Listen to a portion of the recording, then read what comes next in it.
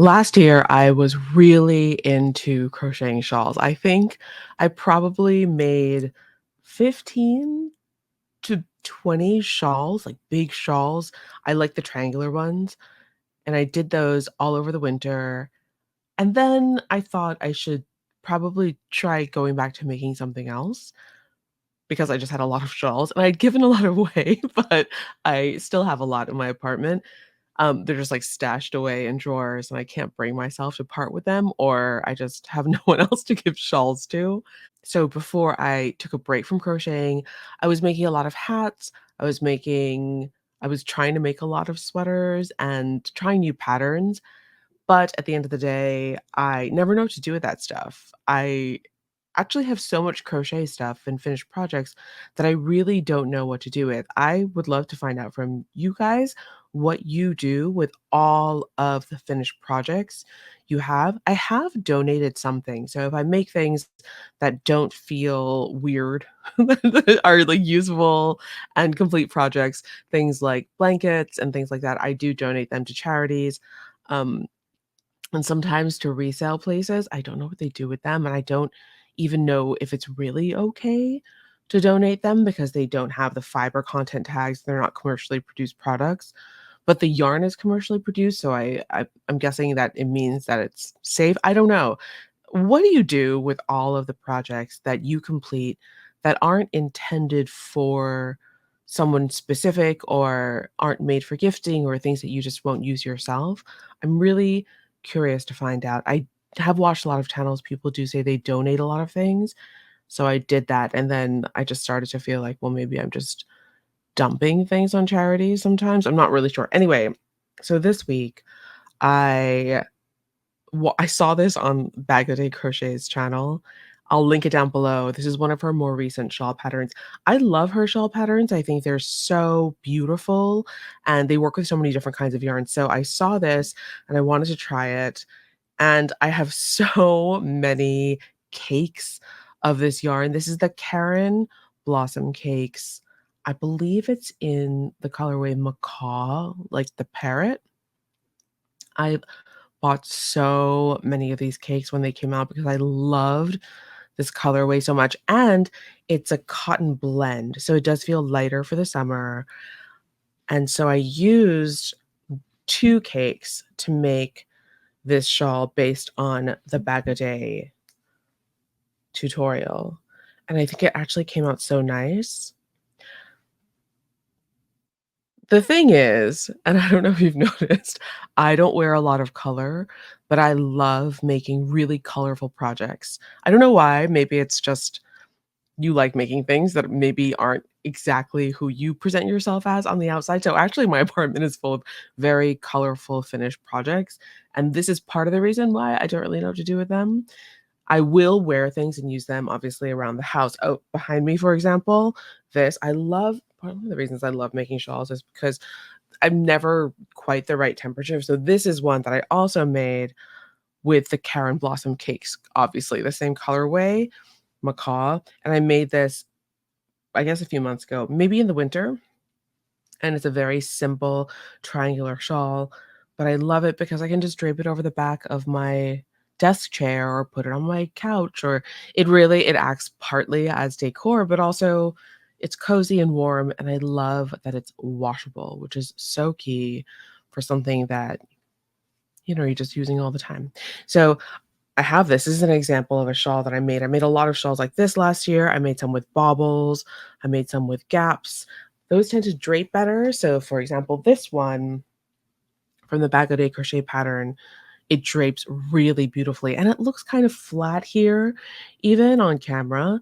But when you put it on, there's something about this pattern that just sits so beautifully over your shoulders.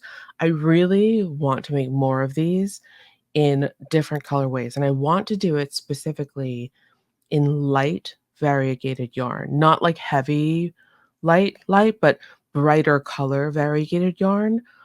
Like this tropical thing sort of works. I thought to use this yarn because when I saw her talking about this tutorial and I saw the shawl that she made, it made me think of it, these little puff stitches, they sort of made me think of feathers. So that's why I thought to use the parrot colorway to do this shawl, and I love it. So here is a shawl that I kept and then I made over the winter, and it's a really heavy natural wool, and I've washed it so it has that sort of like felty kind of worn in look.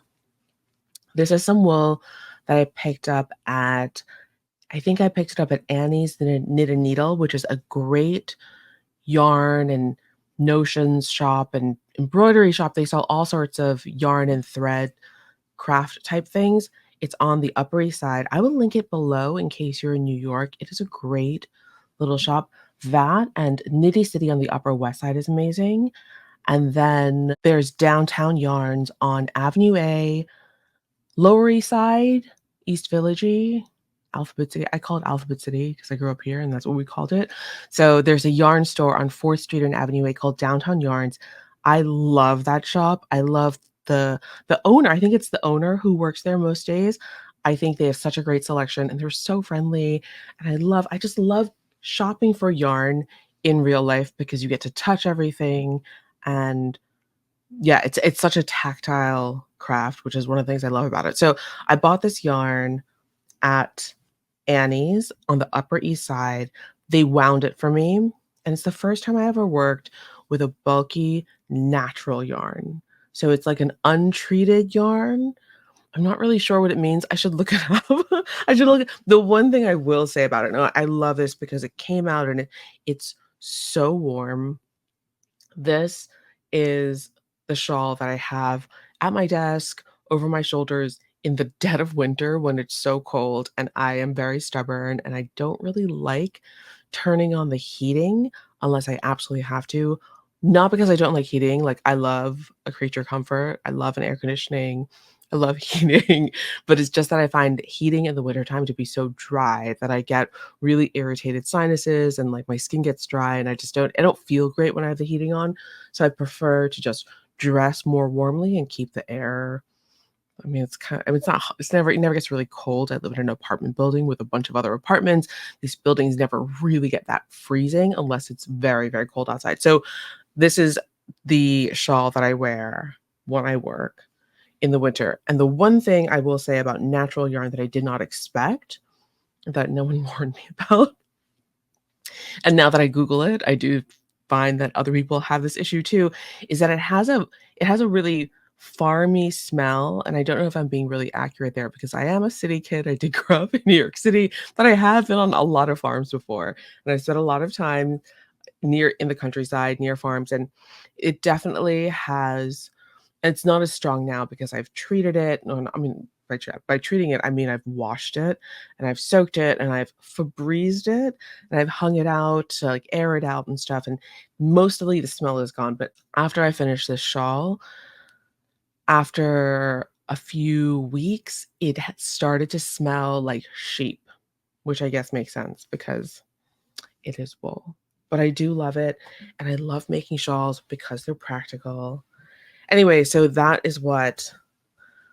this is what I did over the winter. I did a lot of things like this, and I made the Bag O' Day crochet shawl recently.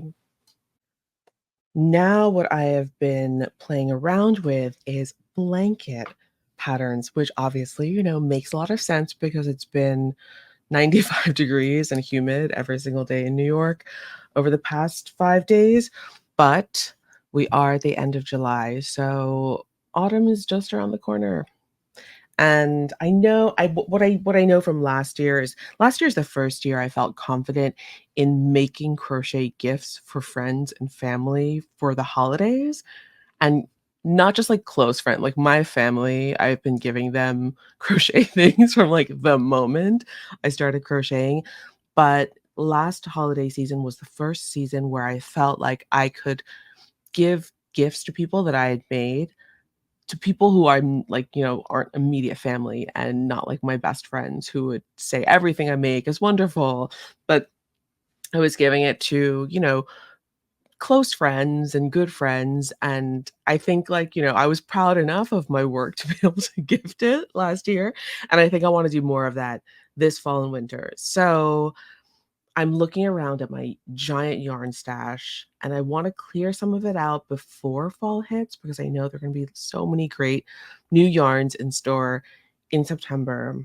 So I was looking around and I found some things that I picked up. So I actually really like these loops and threads soft classic yarns only because they come in so many colors, and I'm so attracted, like I said, I'm so attracted to color even though I myself dress in very neutral tones, and I love different shades of green. So this is soft classic in the colorway leaf green.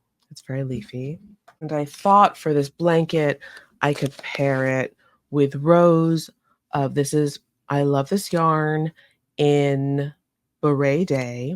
It's a really pretty variegated yarn with pinks and like salmon reds, navies, and different greens in it. I also have a miscellaneous ball of cream colored yarn. So this is not a white. It kind of reads white in the pattern, but it's sort of an off-white cream. I know I have more of this, so I just found this random ball remaining, and I may have to switch this because I'm obviously going to run out before the other ones run out. And then I have some of this. I love this yarn in it's this one, and it's in the colorway Citrus Punch. So this is a mossy green with oranges and light greens. It all somehow works together in stripes. I love stripes, and I love this. I love how this has turned out. Sometimes you start something and it doesn't turn out really well, and then you have to just frog it and start again. But I'm pretty happy with how this is going. I've been doing this while I've been watching the news every night. If you are a news junkie like I am, you will also have been watching the news every night because things are a little bit it's like we're in a really fast-paced political thriller movie right now in this country. So I am riveted and I'm stuck on watching the news. And while I watch the news, I crochet. I've been using a loops and threads 6.5 millimeter aluminum hook all the way through with all the yarns. And I think it actually, most of the yarns call for 5.5 millimeter hooks. So because I wanted the blanket to have a little bit of drape, not too much drape, so I just went 1 millimeter up. I think this is technically two sizes because 5.5, next size up would be 6, and so this is 6.5.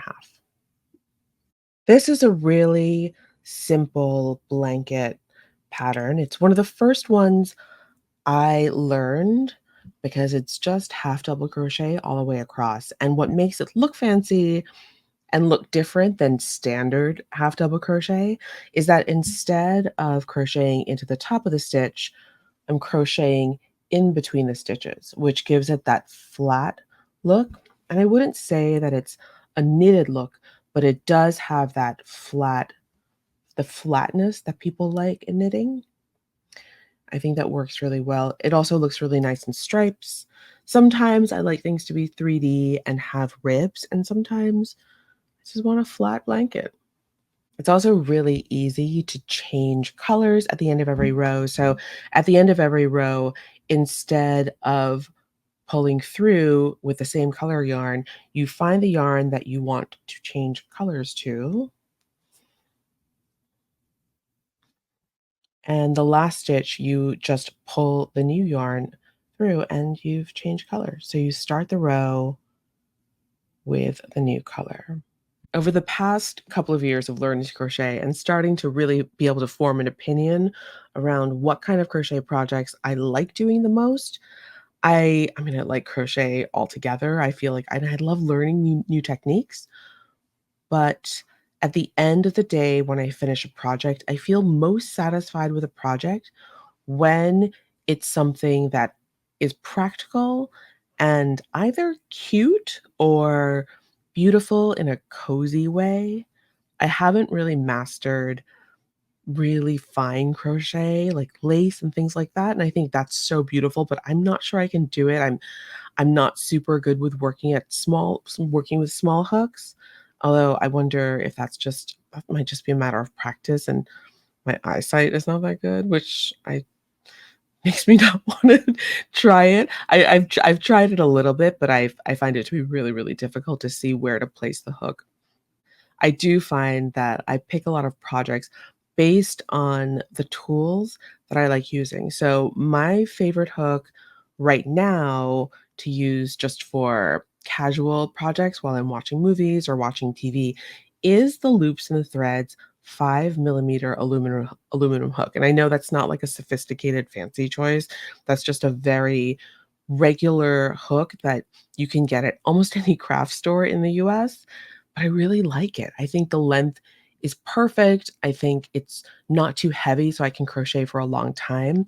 And I find that the 5 millimeter hook is really versatile. So I can use it with 4 weight yarn, I can use it with DK yarn. And if I'm really pushing it, or if I want to make something like a beanie where I want really tight stitches, I can use it with a heavier weight yarn too. I find that it's a really versatile size. I also really like working with tulip Atimo hooks, but I don't prefer the bigger hooks. I prefer using tulip hooks for lighter weight yarn because the hooks themselves are not as long, so I find it to be a little bit hard to manipulate and uncomfortable with heavier yarns because I need a little bit more leverage, so I prefer the longer hooks. Have you started thinking about what projects you're doing for holiday gifting yet? I don't know how far ahead of time everyone plans. I feel like because it takes so long to do these projects, I wonder if people are starting to plan now. Last year, I didn't really start thinking about it until last minute, and only because I had just gotten into making shawls and I realized I had so many shawls, and I was like, "Wow, these would be really great holiday gifts." So I would send a couple out to friends in different parts of the country as sort of like a surprise gift. I also made a lot of beanies last year, which I really enjoyed making.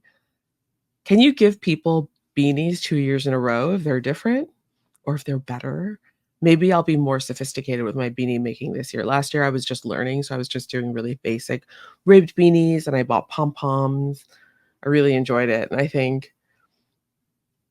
I don't know, I think my friends are not they don't expect people our age to pick up new hobbies like that. So, I think some of them were really surprised. I was at the supermarket earlier today, and I saw something someone was doing so casually, but it really alarmed me in a weird way. I sort of wanna get your take on this, I'm really curious.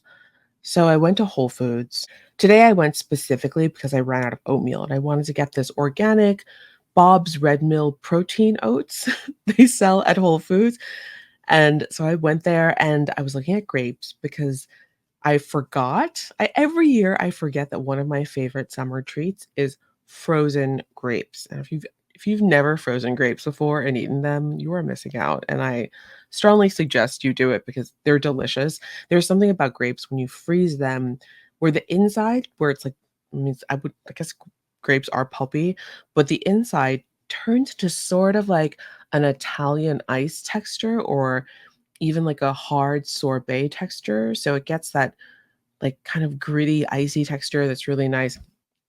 Anyway, for some reason, this year, cotton candy grapes are in season in July. I feel like usually they're in season in October, so I don't know what's going on with the cotton candy grapes, people, but these are grapes that taste sort of like cotton candy, so they're super sweet. Grapes are what do they call them? Nature's candy? So I knew they were in season, so I went to go look at grapes. Whole Foods is pretty busy. I went around midday. It wasn't crowded, but it was pretty busy. There were a few people in the grape section, and right in front of me, there was a lady who was pushing a shopping cart. She's like a regular looking Whole Foods shopper lady. She had a bunch of stuff in her shopping cart, and she had her purse, a crossbody bag, and she had her shoulder bag in the shopping cart along with, like, her other things that she was buying, and she in front of everybody there were maybe 3 or 4 people also in the grape section. It's not like a huge grape section, so you can see what everyone else is doing, but in front of everybody, she opened a bag of grapes. So the grapes are in these pre-portioned bags, but you they sell them by weight at the end, so but the bags have a barcode, right? So they're in these bags. She opens the Ziploc on one of the bags, takes out a bunch of grapes, puts them in one of those green produce bags that they supply, wraps it up, and puts it in her handbag. Fully she just in front and everyone's just looking at her, and in New York, we it's like the code of ethics here to mind your own business, so you just don't say anything if it doesn't really affect you. But I was inside, I was, like, horrified. I mean, shoplifting happens every 5 seconds here for so many reasons. I'm not gonna get into the politics of it. Like, I am not pro shoplifter. I think it's really terrible because I think at the end of the day, in the big picture, it affects all of us, and it affects all of us in terms of crime and quality of life and just culture. It's sort of a breakdown of trust within the society. But to see somebody shoplift, like she's a middle-aged person, just she's paying for other stuff. I saw her later and she went to the register and paid for her other stuff. But just to so brazenly in front of everybody while everyone is looking at her, just steal a bunch of grapes. It's really bizarre. It's bizarre for to me for, like, so many reasons, not really the shoplifting thing, but what kind of person, especially now that there's security everywhere at Whole Foods and Sephora and, like, all the stores in New York City because shoplifting is such a problem, who jeopardizes their reputation, their good name, and their arrest record or whatever? They're like, who would jeopardize that for some grapes? It seems wild to me. Anyway, I saw her later on in the cereal aisle, and she was making a big stink about something and trying to get someone to help her, and she was very I don't know, maybe she just wasn't completely right, but it was really shocking for me. I think we see a lot of shoplifting on TV, and you sort of once in a while, I'll be in a CVS or something, and you'll just hear a commotion, and I think some people's instinct, especially I think tourists, I think there are a lot of tourists in Manhattan, I've noticed that they tend to stop and stare at the commotion. My immediate instinct from growing up here in the 80s and 90s is when there's a commotion and when something doesn't seem right or when someone like starts to yell and throw things and something is happening, my instinct is to get away as quickly as possible because you never know what people are going to do, especially in New York.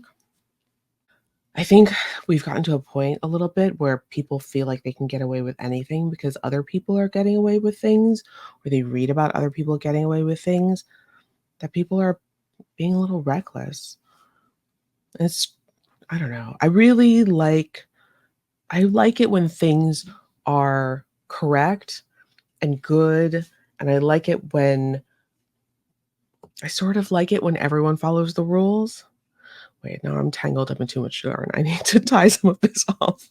It's been so hot over the past week that I have not been to the gym in a whole week, and I mean, I didn't think it was gonna be a problem because I spent 99% of my life not going to the gym, so I always think it's not gonna be an issue, but over the past 4 years, I have been regularly working out, and mostly I do weights, so I still don't really like to sweat a lot.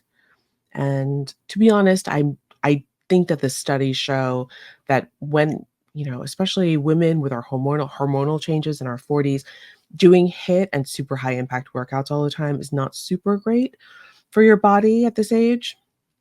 At least that's my excuse. But I really like lifting weights, and the type of weightlifting I do is sort of inspired by powerlifting and bodybuilding, and my trainer who was in town last week, Sophie, she programmed me for progressive overload, so I'm trying to increase my weights or my volume or just find a measure of improvement every single week or every couple of weeks. And that's what I'm working towards. So I do weightlifting and now I program myself because I've been programmed for so many years that I kind of know my body more. But I have found that now because I go more regularly, if I don't go to the gym for more than 2 days, so I usually take the weekends off because the gym is so crowded on the weekends, and also the people who go to the gym on the weekends are totally they behave totally differently than the people who go during the week. I feel like the weekend is like the wild, wild west in the gym, so I don't really like going on the weekends. But if I don't go for more than 2 days, I'll wake up on the 3rd or 4th day and I'll just feel off. Like my central nervous system will feel really stressed. I'll feel like a personal sense of stress and anxiety. So this morning, and I didn't go to the gym for the past few days because it's been so hot and so humid. I want to be careful, you know. I think I'm in my late 40s and I do feel like now, like when you're a kid, if you sprain your ankle or you hurt yourself, you just sort of like get to take the time off school. But now as an adult, or I guess after the age of 35, I started to really feel like a sense of mortality. I really feel like if you hurt yourself now and then you're out of work for a few weeks, you can really mess your life up, right? Like the ramifications of hurting yourself now or injury or just or anything like that or just overexertion are much more serious than they were, say when you're like 11 or 12. So also, by the way, like any excuse to like not go to the gym. So the past few days, it's been around 95 and humid every single day in New York. And I've just been trying to lay low. I've been trying to take it easy. I didn't want to go to the gym and then just feel gross all day or tired or dehydrated. I didn't want to hurt myself. So I didn't go. And in retrospect, I probably could have gone. But I also have there's also this weird thing in New York where when it gets really hot and humid outside, the crazy people outside act even crazier. And by crazy, I don't mean that in like a derogatory way, but I do mean there are a lot of crazy people in New York and there's a lot of antisocial behavior in New York. And it just gets super antisocial outside when people are uncomfortable and when the weather's really bad and when it's hot and humid and sunny. So I really did try to stay in. So this morning I woke up and I felt like I was broken. Despite having not gone to the gym in a week, I was having muscle soreness. I was like, "Did I, like, break my hip in my sleep?" So, I didn't know what was going on, and so I said to myself, I was like, "You know what? I have to go back to the gym today. I'll do an easy workout. I'll, you know, wake up my central nervous system and get that mind-body connection back." The mind-body connection, by the way, which I didn't even realize was, like, a real thing until, gosh, like, maybe 10 years ago? I went on maybe 10 years ago, it was probably 2014 or maybe even a little bit later, maybe 2016. Lululemon, which I was not into at the time because I felt like they were such a hardcore yoga brand. I wasn't that into yoga, and I'm still not that into yoga. Although I could see myself getting into yoga, I'm not sure. It's kind of untested waters for me. But Lululemon used to run these programs called immersions, and they used to do them with influencers. I am not an influencer, but I was a journalist, and they did run an immersion program for journalists to help people become familiar with the brand. And I remember they took a bunch of journalists up to Whistler, and the CEO was there, and all the executives were there, and we stopped in Vancouver first and we toured the office, we toured their design studio, we met with a bunch of executives, and then we all went up to Whistler and they brought some of their ambassadors up there. So they have these really great mental and physical wellness ambassadors who we took classes with. And it was a real, like, I mean, it is what it was called. It was an immersion into the brand and to really help people who are unfamiliar with the brand understand what the brand was all about. And I was very skeptical. I went because 2 of my friends were going, and I had such an amazing time, and I came away from that experience it really worked. Like, a lot of times, these press trips and these PR trips and these brand familiarization trips, they're called fam trips. They sometimes most of the times, they don't work. I've been on a million of these over the course of my 20-year journalism career. Most of the time, they're super fun. You get to experience things as a journalist that you would never be able to afford to experience because let's be real, journalists really do not make good money, but it's a very fun job and it's a very experiential job, and you get to meet people and talk to people that you would never usually have access to as a non-journalist or a non-media person. There are a lot of privilege that come with the job, which is something that was very attractive to me about the job when I got into it. But this immersion really worked. I came away from it really understanding the brand and understanding what they were trying to do, understanding the vision and the intent. And even if, some of the products were really, I mean, I am not a skinny little yoga girl. I've always been a very mid-sized person, always ranging from probably a size US 10 to 14. And I never felt like those were the clothes for me. And afterwards, I wouldn't say like, the Lululemon of today is the same as it was for like 10 years ago because I think it's a very different kind of brand now. I did have a more positive feeling about it, but also one of the most important things that happened after this getaway, after this retreat, was that I started to understand for the very first time what a mind-body connection was. I've always very much lived in my head, right? I've always been an introvert. I've always cared very much about test scores and books and like I feel like I have a very rich internal dialogue in my head, but I've never really lived in my body. I've always thought of my body as like an accessory to my brain. And this was the first time that I realized that, oh, like my body is also me. It's not just like an accessory to me. It's the house that my brain lives in, and and I can't divorce my body. And if my body and my brain are working together, I feel way better and I feel way more effective than if they're not on speaking terms, which is how it's been for most of my life. So my body and my brain were not communicating. It was many years after that that I started to work out regularly, and I'm still very much a work in progress. I still really struggle with the mind body connection, but lifting weights has really helped me quantify that. And mostly, I wonder if it's because when I started weight training, it was the first time that I started keeping records of what my workouts were, and it's very satisfying. If you are an achievement-oriented, super, cerebral, hyper-organized person, I wonder if this will also resonate with you. When I started working out, I have like years of these spreadsheets now where every exercise, there's like a date against it, and I put what weight I was lifting, how many reps I was doing, and how many sets I did, and it's so satisfying and really quantifiable, so you feel like you're, like, really doing something to see those numbers go up.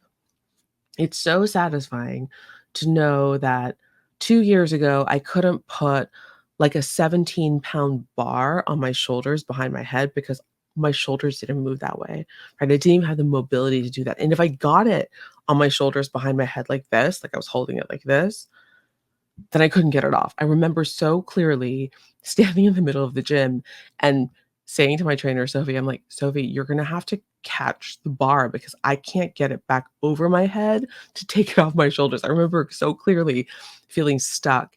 And now I can do so much more, right? Like now I can lift a bar over my head. I can pick a 45-pound bar over my head. I can put stuff on it and still pick it up over my head. So just seeing those incremental improvements week by week, day by day, has really helped me with my mind body connection. And I definitely think my personal quality of life has improved so much just from getting my brain and my central nervous system and my body to cooperate together, to work as a team, if you will. It's a group project. I'm a group project. I did make a quiet resolution to myself at the beginning of summer that this fall is going to be the season where I get my act together. And I mean that very loosely. I've spent so many years being very rigid with myself, with my career, and having to do certain things and work in certain places and achieve certain goals for myself or for my company that I'm very careful to not be super strict with myself. But I have been consulting and working independently for almost 5 years now. I started in the middle of 2021. Okay, so almost 4 years now.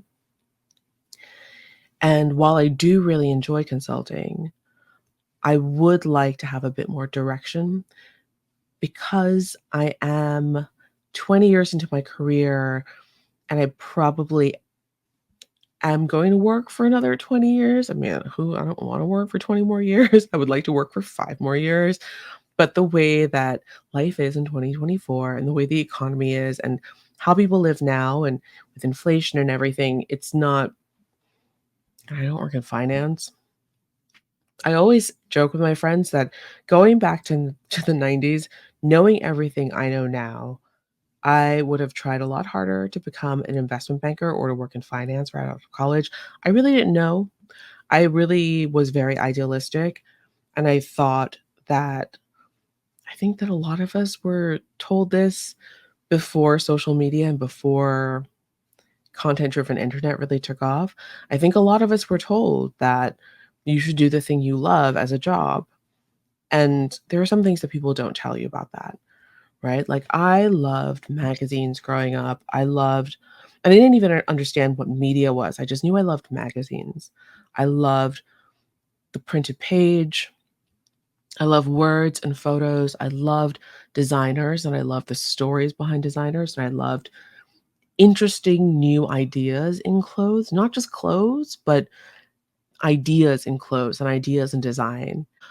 When I went to fashion school in England, it was the first time that I felt like I was with very like-minded people. I really felt like and I am not look at me, I'm wearing, like, a gym t-shirt, like, I'm not, like, cool or interesting looking, but it was the first time when I was in that school with all of these brilliant, brilliant students and brilliant professors and really creative people and people who are unafraid, like really brave to wear their self-expression on their bodies and to create and to feel compelled to make things and people who really had a vision, a creative vision and an artistic vision. And it's the first time I really felt like I was among my people.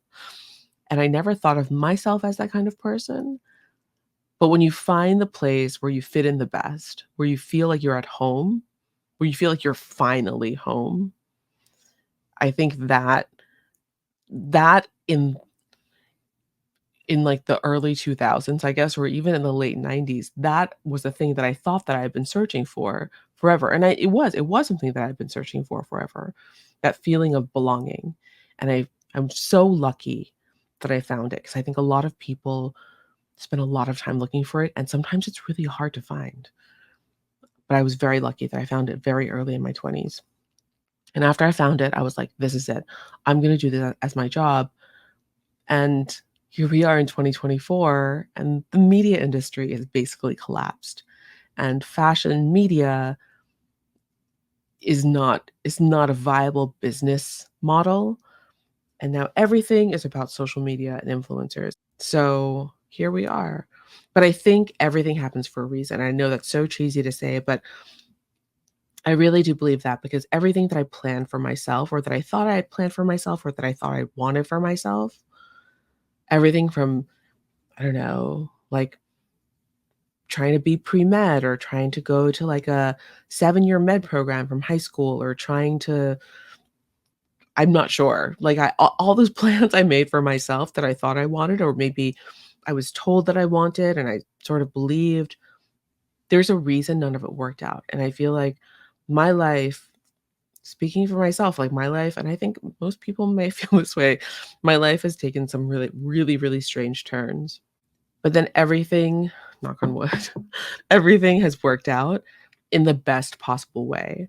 So I've really thought of these last 3.5 years of independent consulting and doing work like that, there must be a reason that this is my path. I think I figure out a lot of problems while I'm crocheting. So I have a whole blanket to go to figure out what I'm doing next with my life. Here's where we are. Did a few rows. I think it's coming out well. I think this is perfect colorway for fall. Thank you so much for watching. Please let me know what you are working on in the comments below. I would love to know if you have any good projects or patterns or what you're thinking about gifting for the holidays. Yeah, please like and subscribe, and I will see you in the next video. Bye.